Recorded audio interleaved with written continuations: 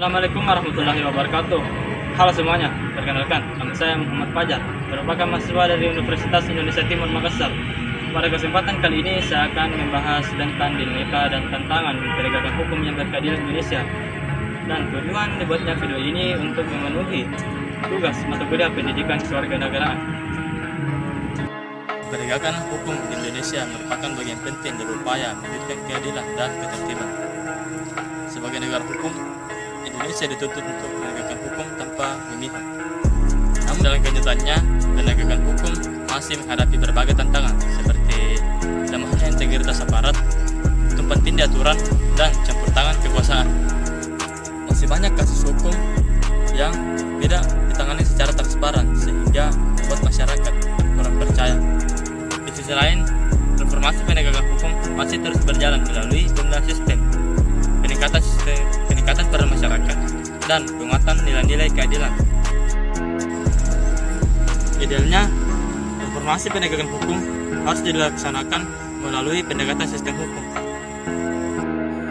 Menurut Sudikno Mertakusomo, sistem hukum adalah satu kesatuan yang tersusun dari unsur-unsur yang berinteraksi dan bekerja sama untuk mencapai tujuan dari badan tersebut.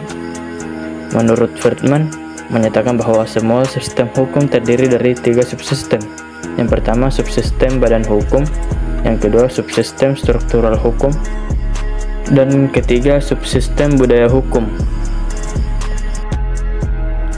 Substansi hukum di mana merupakan isi dari hukum itu sendiri, artinya isi hukum tersebut harus merupakan sesuatu yang bertujuan untuk menciptakan keadilan dan dapat diterapkan dalam masyarakat. Dan struktur hukum dalam pengertiannya bahwa struktur hukum merupakan peranata hukum yang menopang sistem hukum itu sendiri, yang terdiri atas bentuk hukum, lembaga-lembaga hukum, perangkat hukum, dan proses serta kinerjanya. Dan yang terakhir, budaya hukum. Hal ini terkait dengan profesionalisme para penegak hukum dalam menjalankan tugasnya, dan tentunya kesadaran masyarakat dalam menaati hukum itu sendiri.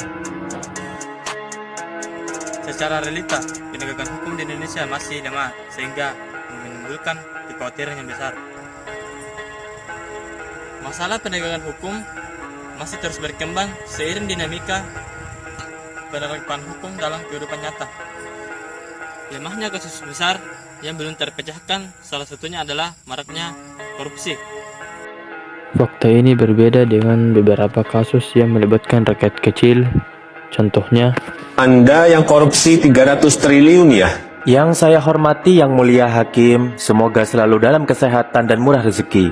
Betul Yang Mulia. Anda dijatuhkan hukuman 6,6 tahun penjara karena Anda berperilaku baik dan sopan. Terima kasih Yang Mulia. Selanjutnya, Anda pelaku pencurian ayam ya? Iya Pak, saya sendiri. Kamu dijatuhkan hukuman 10 tahun penjara. Kok bisa begitu Pak? Ayam yang saya curi harganya gak sampai 50.000 Pak. Aslinya kamu dihukum 7 tahun sih, tapi kamu gak sopan manggil saya Pak. Ini tidak adil, masa begitu Pak hukuman saya? Saya manusia biasa boy, bukan nabi. Ingat, ini di dunia, yang adil hanya di akhirat. Bukankah Allah hakim yang seadil-adilnya? Tidak dalam kesempatan ini, tapi pada kesempatan lain kalau perlu. Di sidang kabinet sudah saya paparkan, nanti khusus mungkin Bupati dan Gubernur saya undang khusus. Bukan saya apa-apa, saya tidak mau menurunkan moral daripada anak-anak muda kita. Tapi rakyat harus yakin, harus bertekad bahwa kita sekarang ingin melaksanakan pembangunan nasional dengan mengurangi segala bentuk kebocoran, manipulasi, markup, akal-akalan dan sebagainya. Dan ini membutuhkan kerjasama semua pihak, yudikatif, legislatif, pemerintahan, aparat, semua kita harus kerjasama. Tadi saya katakan, ya, rakyat kita itu bukan rakyat yang bisa dibohongi terus. Sudah jelas kerugian sekian ratus triliun. Vonisnya seperti itu. Ya. Ini bisa menyakiti rasa keadilan.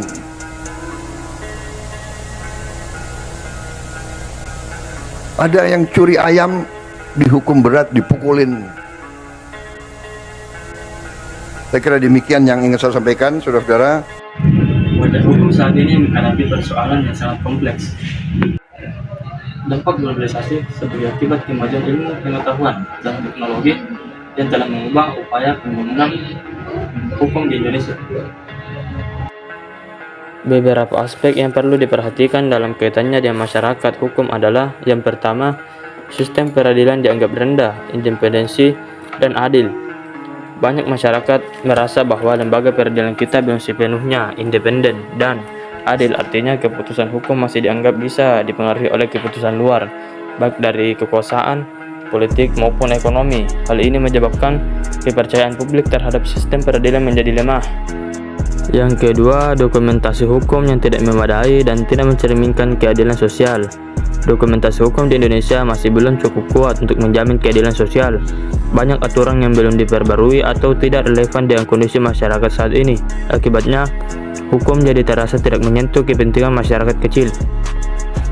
Yang ketiga, ketidaksepakatan dalam penuntutan.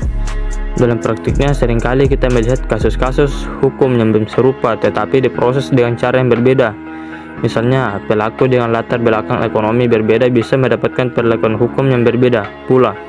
Ini menunjukkan adanya ketidaksesuaian dan ketidakpastian dalam proses penuntutan. Yang keempat, masih adanya intervensi hukum. Seharusnya hukum bisa berjalan dengan objektif, namun kenyataannya masih ada intervensi dari pihak-pihak yang memiliki kekuasaan atau pengaruh tertentu.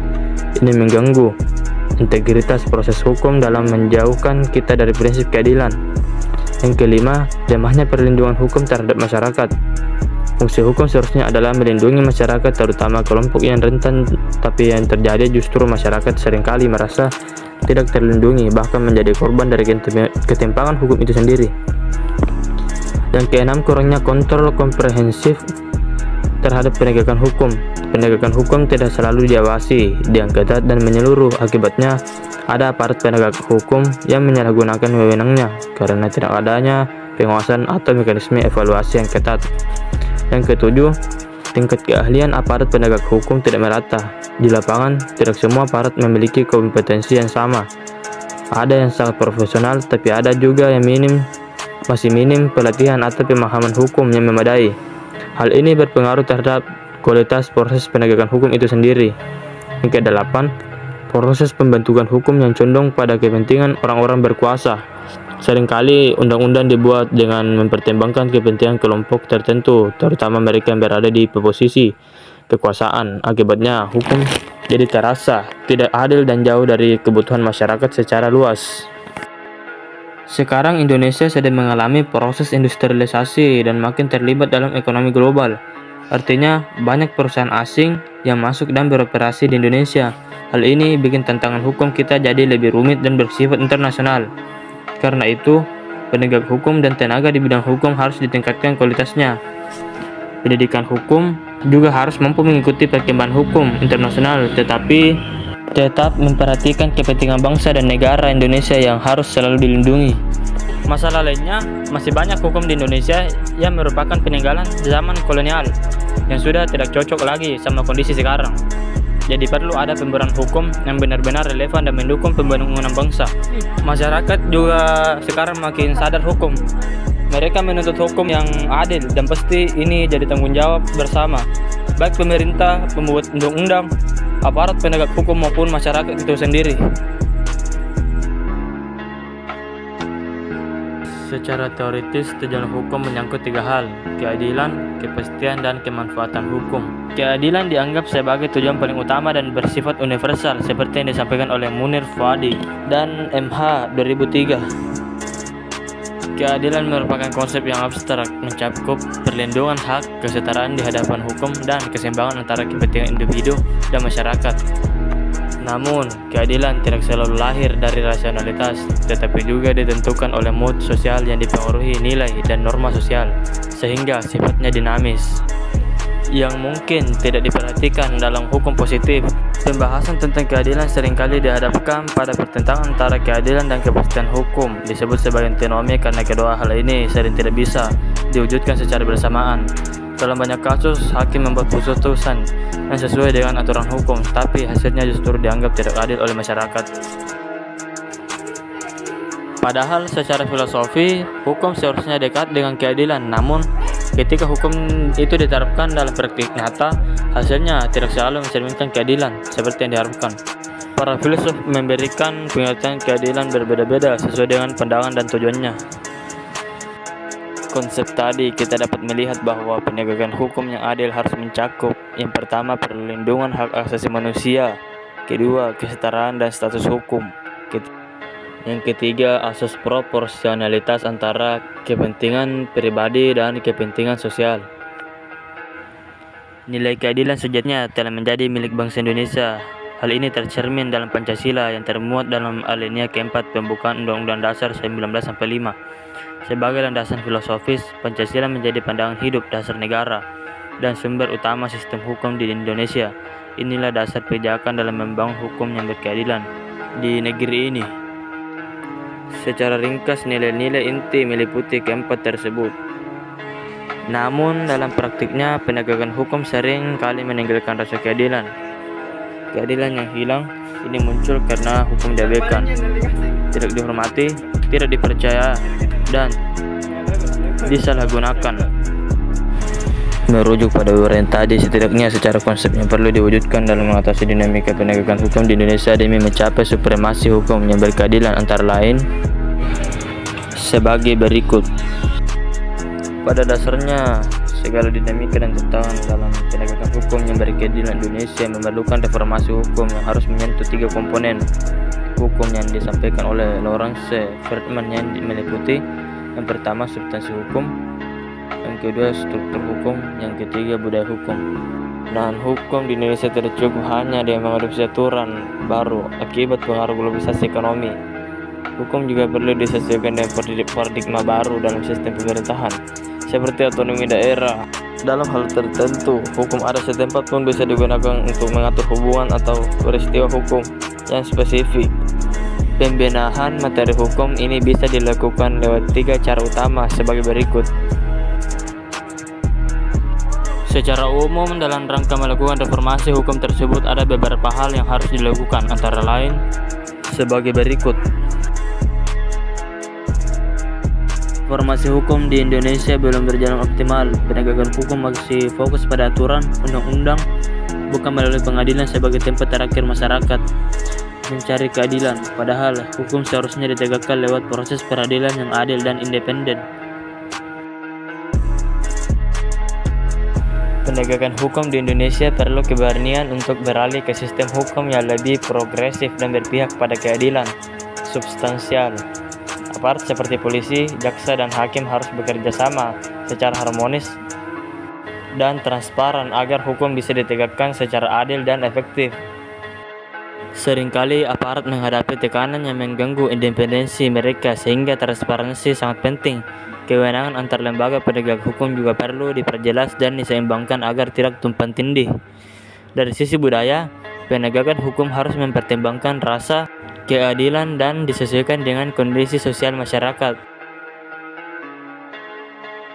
Kesimpulannya, penegakan hukum yang berkeadilan di Indonesia masih menghadapi berbagai tantangan seperti lemahnya integritas aparat, ketimpangan hukum, dan rendahnya kesadaran hukum masyarakat. Untuk itu, dibutuhkan reformasi hukum secara menyeluruh dan komitmen semua pihak agar hukum benar-benar menjadi alat keadilan bagi seluruh rakyat.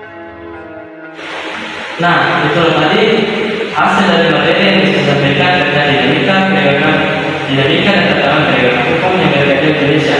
Umpama, jika ada kekurangan dari materi yang disampaikan dan ada kesalahan kata, mohon dimaafkan. Sekian, assalamualaikum.